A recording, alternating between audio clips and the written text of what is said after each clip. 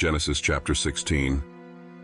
Welcome back to Bible Breakdowns, where we explore God's Word chapter by chapter. Today we're diving into Genesis 16, a story of impatience, consequences, and God's faithfulness. Let's jump in. The chapter begins with Sarai, Abram's wife, struggling with the pain of waiting. God promised Abram descendants as numerous as the stars, but years have passed, and Sarai still hasn't had a child. Feeling the pressure, Sarai decides to take matters into her own hands. Now this might seem shocking, but in ancient culture it wasn't unusual for a servant to bear children on behalf of her mistress. Abram agrees to Sarai's plan, and Hagar becomes pregnant, but the plan backfires.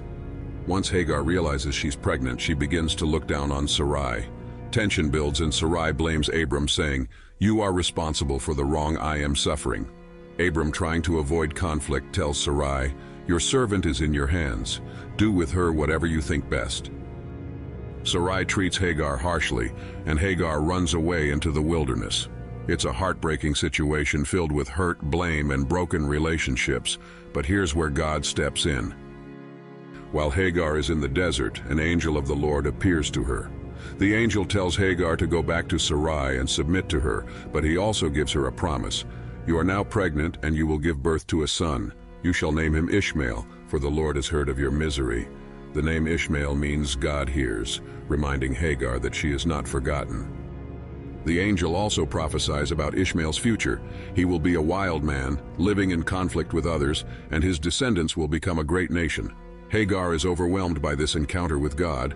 She gives him a name, El Roi, which means the God who sees me. She says, "I have now seen the one who sees me." Hagar returns to Abram and Sarai and gives birth to a son, Ishmael. Abram is 86 years old at this point. Genesis 16 is a powerful reminder that taking matters into our own hands can lead to consequences we don't expect. But even in our mistakes, God is faithful, and He sees and cares for us just as He did for Hagar. Next time we'll explore Genesis 17, where God reaffirms His covenant with Abram and gives him a new name.